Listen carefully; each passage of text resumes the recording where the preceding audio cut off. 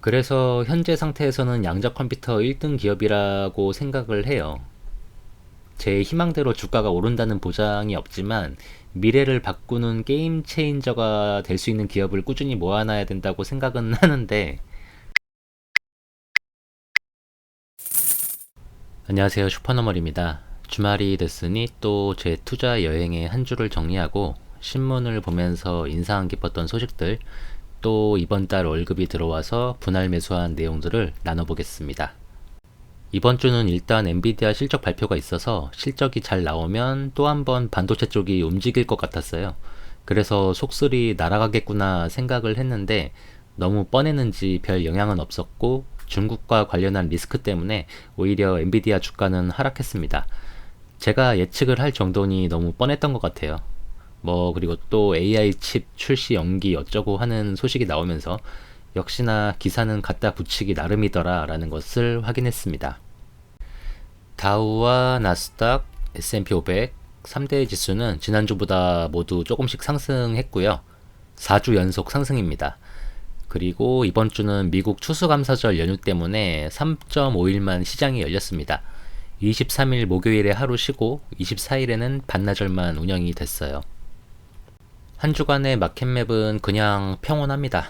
갖고 있는 것들 중에서는 크게 오른 것도 없고 떨어진 것도 없어요. 그나마 엔비디아가 이렇게 가장 크게 눈에 들어오네요. 제가 한국경제신문을 보고 있는데 주관적인 관점으로 스크랩한 내용을 살펴보면은 챗 GPT의 아버지 샘 울트먼 오픈 AI CEO가 해임이 되고 마이크로소프트로 간다는 소식이 있었는데 다시 복귀한다고 기사가 났습니다. 이동 소식으로 마이크로소프트 주가가 오르기도 했는데 이러나 저러나 마이크로소프트와의 연결끈은 변한 게 없어서 제가 보기에는 뭔가 시장을 움직일 만큼 크게 달라질 것은 없어 보입니다. 다음으로는 금리 관련 소식인데 시장에서는 김칫국을 마시고 있는 것 같아요. 역시 연준 위원들은 금리 인하에 대한 이야기는 하지 않고 파월 의장도 금리 인하에 대해 전혀 생각하지 않고 있다고 합니다. 저는 그냥 파월이 여태까지 강조를 해온 게 2%기 때문에 그 수치가 나오고 유지되지 않는 한 특별한 기대는 안 하는 게 맞지 않나라고 생각을 합니다. 흘러가는 대로 가는 게 맞는 것 같아요. 그리고 때가 되면 대가들의 포트폴리오 이야기가 나오는데 리틀 버핏이라고 불리는 빌 에크먼이 구글을 더 샀고 머는 비중을 줄이고 했다는 이야기고요. 이 양반의 선택이 항상 옳았던 건 아니고 작년에 넷플릭스에 투자했다가 큰 손실을 보기도 했다고 합니다. 당연한 거죠. 다 맞추는 건 불가능합니다. 참고만 할 뿐 누가 이렇게 했다더라 하면서 무작정 따라가면 안 되겠죠. 그나마 유명한 사람을 따라하면 다행인 것 같은데 절대 유튜버 따라하고 이러면 안 됩니다. 그리고 진짜 버핏은 7월에서 9월에 70억 달러치 주식을 매도했다는 기사가 나왔고요. GM, 액티비전 블리자드, UPS, 존슨앤존슨 등등 하고 아마존, 쉐브론도 매도를 했다고 합니다. 이래서 애플이 전체 포트폴리오에서 50.04%라고 하고요. 3분기 거래 내용을 기밀로 요청했다고 하고 비공개로 투자를 한 게 금융주가 아니냐라는 추측이 있다고 하네요. 이것도 그냥 이렇다더라 정도로 보면 되고 정말 워런 버핏을 따라하고 싶다는 생각이 들면 그냥 버크셔 해서웨이 주식을 사면 되지 않나 라는 생각을 해봅니다. 마지막으로 미국 기업은 아닌데 도시바가 상장 폐지된다는 기사가 있어서 스크랩을 했습니다.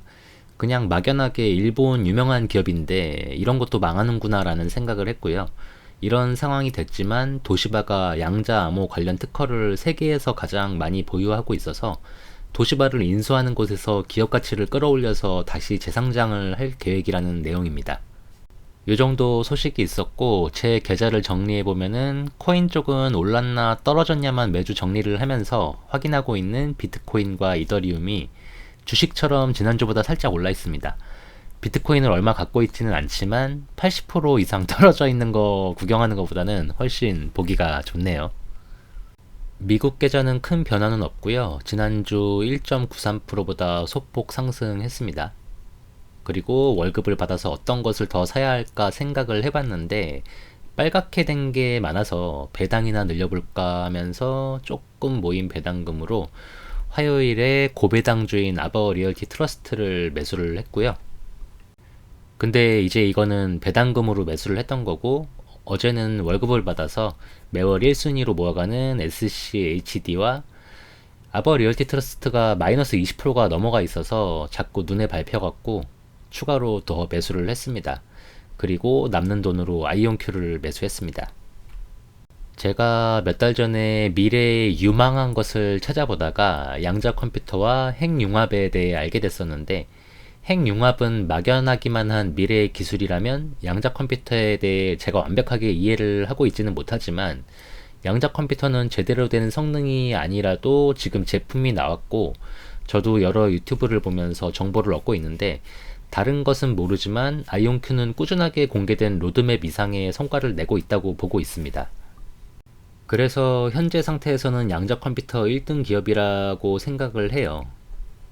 제 희망대로 주가가 오른다는 보장이 없지만 미래를 바꾸는 게임 체인저가 될 수 있는 기업을 꾸준히 모아놔야 된다고 생각은 하는데, 또 스타트업이니만큼 위험성도 있기 때문에 일정 수준 금액까지만 투자를 해야 하지 않을까라는 생각을 하고 있습니다. 분야가 다르기는 하지만 오리진 머티리얼스에서 스타트업 투자의 위험성을 충분히 체험하고 있어서, 이거 보세요. 이렇게 체험을 하고 있습니다. 리스크를 감안하고 모아가야 할 것 같습니다. 그리고 아이들 계좌에도 마찬가지로 고배당주 아버 리얼티 트러스트를 샀습니다. 따로 입금을 하진 않았고 조금 있던 예수금에 배당금이 들어와서 매수를 했고요. 정확히 말하면 제가 사준 게 아니라 아이들 용돈이 일을 해서 만든 돈이 산 거죠. 이렇게 천천히 투자를 하면은 아이들이 컸을 때 어느 정도의 돈이 만들어질지 확인을 해보고 싶습니다. 매주 보여드리고 있는 연금저축계좌 2022년 2월 거치 기준 시장 수익률과 비교를 하면은 그냥 지수에 투자를 했어도 수익률이 이렇더라 정도로 봐주시면 될 것 같고요. 마지막으로는 안 좋은 소식인데, 어제 올린 영상에서 말씀을 드렸어요. 저의 유일한 근심거리였고 그동안 마음 졸여왔던 종목이 있는데 결국 결단을 했습니다. 마지노선이 와서 손절을 했어요. 예상을 못했던 결말은 아니지만 적은 돈이 아니기 때문에 역시 속이 쓰리긴 합니다. 많이 쓰려요. 실패를 하는 것이 잘못된 게 아니라 실패를 하고도 아무것도 배우지 못하는 게 잘못이라고 생각을 하고요. 제대로 공부하기 전에 샀던 주식이었고 다시는 계잡주에 투자를 하면 안 된다는 교훈을 확실하게 되새기면서 새드 엔딩으로 마무리를 하게 됐습니다. 관련해서는 다시 정리해서 영상을 만들어 볼 거고, 큰 손실이 나서 짜증도 나고 창피하기도 해서 멤버십 영상으로 업로드를 할 겁니다. 멤버십 회원이 없어서 보실 분이 없을 텐데 그냥 실패라도 기록은 해야 되고, 근데 이제 불특정 다수한테 모든 치부를 공개하는 건 좀 아닌 것 같다는 생각이 들어서 그렇게 하려고 합니다.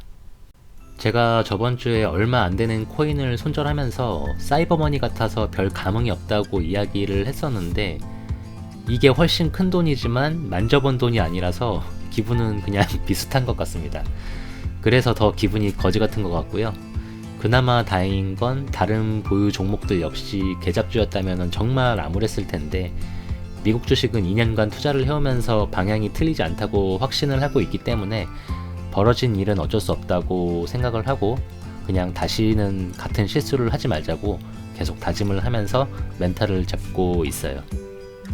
훌훌 털어버리고 앞으로는 좋은 소식만 전해드릴 수 있도록 노력을 하겠습니다. 이상 오늘 나눌 이야기는 여기까지입니다. 시청해 주셔서 감사하고 건강하고 행복하게 또 만나요.